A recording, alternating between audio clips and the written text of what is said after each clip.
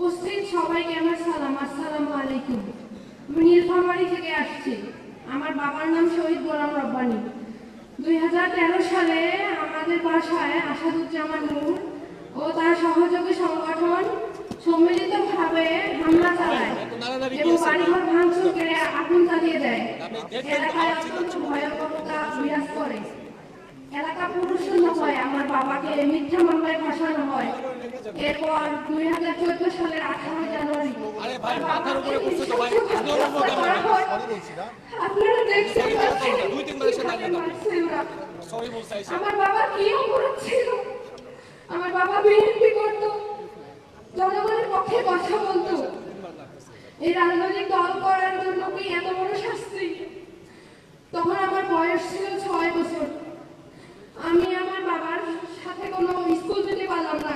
কেন পারলাম না? আমার কি অপরাধ ছিল? আমার বাবার ভালোবাসা ছাড়া কেন আমাকে বড় হতে হলো? যে বয়সে আমার বাবার সঙ্গে স্কুল যাওয়ার কথা, সে বয়সে আমি বেঁচে থাকার সংগ্রাম লড়াই করেছি। আমার মা অনেক সংগ্রাম লড়াই করে এই পর্যন্ত টিকে আছে। আমি এই হত্যাকাণ্ডের বিচার চাই। তারেক রহমান আঙ্কেল, আপনার কাছে আমার একটা চাওয়া, আমার বাবার হত্যাকাণ্ডের বিচার হয়। আমার বাবা চলে গেছে, কিন্তু আমার বাবার রক্তটা এখনো শুকায়নি। আমার বাবা আমার থেকে অপেক্ষায় আছে। আমি পুরো দেশবাসীর কাছে বিচার চাই। তারেক রহমান আঙ্কেল, আপনিও একজন ভিকটিম ফ্যামিলি। আপনার বাবাকেও আপনার কাছ থেকে কিনে নেওয়া হয়েছে। আপনি জানেন আমাদের কষ্টটা কেমন। আসাদুজ্জামান নূর মাস্টার মাইন্ডের ফাঁসি চাই, ফাঁসি চাই। আমার বাবার হত্যাকাণ্ডের যাতে বিচার হয়। পুরা দেশবাসীর কাছে আমার দাবি। মরহুমা বেগম খালেদা জিয়া ও শহীদ জিয়ার জন্য অনেক দোয়া রইল, আল্লাহ যেন তাদের বেহেশত নসিব করে। আর তারেক রহমান আঙ্কেল, আপনার জন্য অনেক দোয়া রইল, আপনার ফ্যামিলির জন্য অনেক দোয়া রইল। আগামীতে জনগণের সমর্থনে দেশ গঠন করবেন, আমাদের পাশে থাকবেন ইনশাআল্লাহ। আমি শহরের কবির রাতুল, কুমিল্লা লাকসাম থেকে 2013 সালের 27 নভেম্বর গুম হওয়া লাকসাম তৎকালীন লাকসাম পৌরসভা বিএনপি সভাপতি হুমায়ুন কবির বাবুদের সন্তান। আমার বাবার সাথে সাথে আমার বাবার চাচা সাইফুল ইসলাম হিরু, যিনি ছিলেন উপজেলা বিএনপির সভাপতি এবং সাবেক সংসদ, দুজনকে একসাথে র্যাব তুলে নিয়ে যায়। আজ 12 বছর পার হয়ে 13 বছরে পড়ল, আজ পর্যন্ত আমরা তাদের সন্ধান পাইনি। এখন পর্যন্ত আজকে 13টি বছর ধরে রাস্তায় রাস্তায় ঘুরে বেড়ায় বাবার জন্য, দাদার জন্য। এমন কোনো জায়গা নাই যে জায়গাটায় যাইলেই বাবার সন্ধানে। কোথায় আছে বাবা? আমরা কি এরকম বাংলাদেশ চেয়েছিলাম?